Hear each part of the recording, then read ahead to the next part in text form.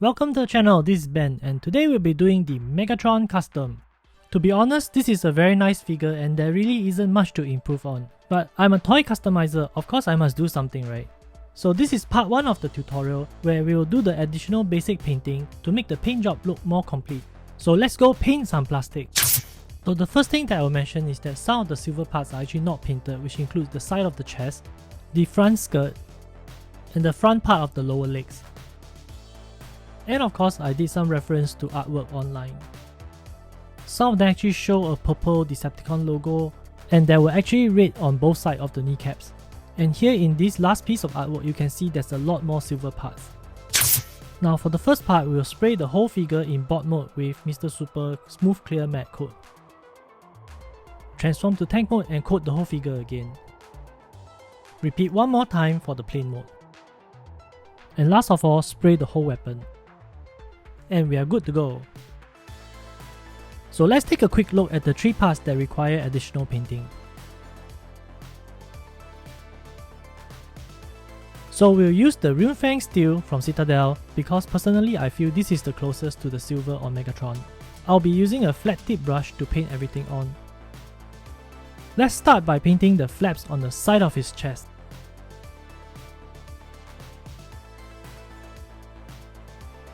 Now move your brush gently and then minimize the amount of brush strokes.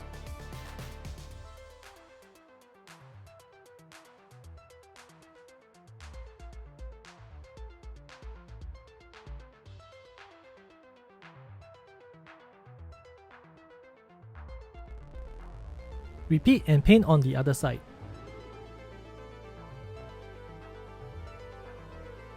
When you have finished painting the side flaps of the chest, we'll move on to paint the front skirts.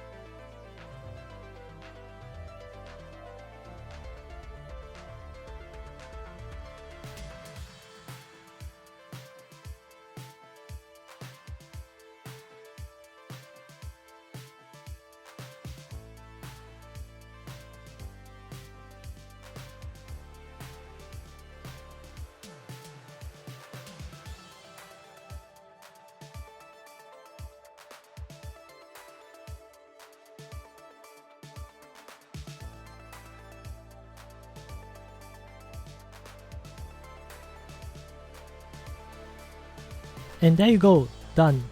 The painted front skirts. So next we will be painting the shin, which is the front of the lower leg.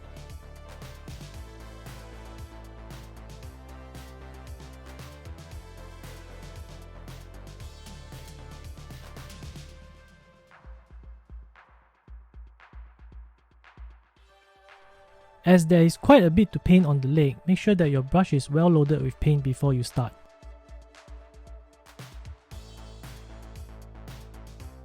Now let's try painting the side of the shin. This area is very narrow and relatively tricky to paint. Personally, I use a flat brush for areas like this because I feel that the brush stroke is actually more even and straight.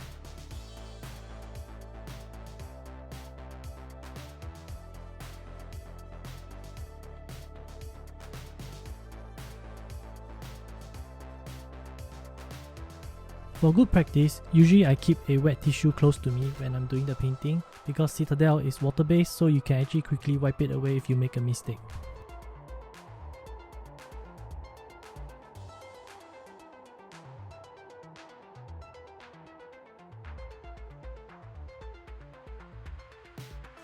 As the surface area on this part is relatively wide, you may need to go over several times with the paint to get a very even silver color.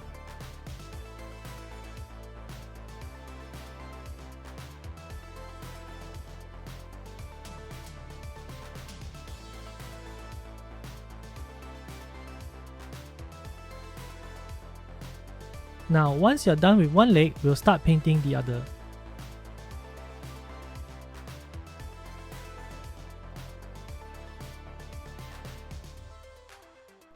For the current tutorial, which is part 1, we will only be doing the basic painting. So for those of you with an airbrush and you want to do something more advanced, we will be doing shading in part 2. So keep a lookout for the tutorial.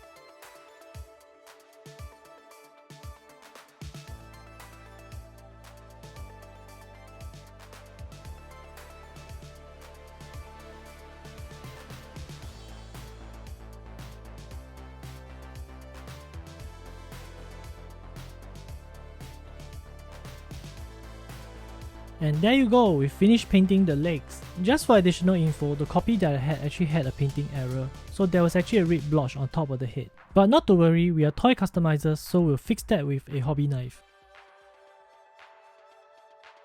And we shall remove all that red paint and fix it with the Repaint steel.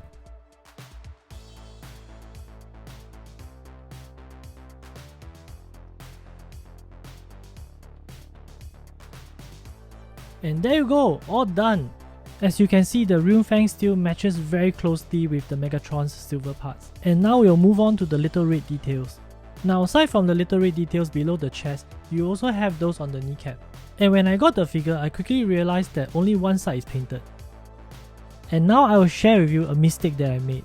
Please do not use this red Gundam Real Touch marker on your Megatron, even though the color looks very close on the packaging. When I initially started painting with the marker, the color looks okay, but after it fully dries, it looks totally different. It was way too dark for the Megatron's red. So I went on to experiment with a lot of different types of paint, and the one that works really well was this one, which is the Mr. Color MS Shah's red. Now let us fix that really dark color.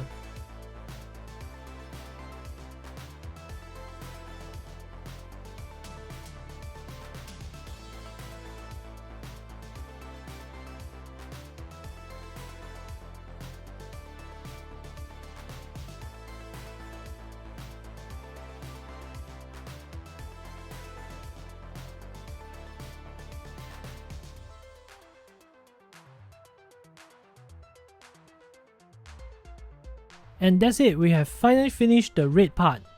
At this point, we have finished most of the difficult painting, and what's left is only the gunmetal marker, which is relatively easy. So we'll paint the part below the chest with gunmetal and the outer part of the front skirt. Lastly, we'll do some staining on the face and you're done. The next part of the video is actually optional. If you feel that this is good enough, you should stop here. Now, for this optional part, we will be changing the pre-painted black Decepticon logo into a purple one. The first thing that we'll do is we will paint out the whole black Decepticon logo. It may take several coats and you may have to wait for it to dry before going on to the next one, but we want it really thick so that the black Decepticon logo is not visible at all. So for the new purple replacement Decepticon logo, I've actually bought a dry transfer from an online shop in Singapore. Try to center the logo first before actually applying it.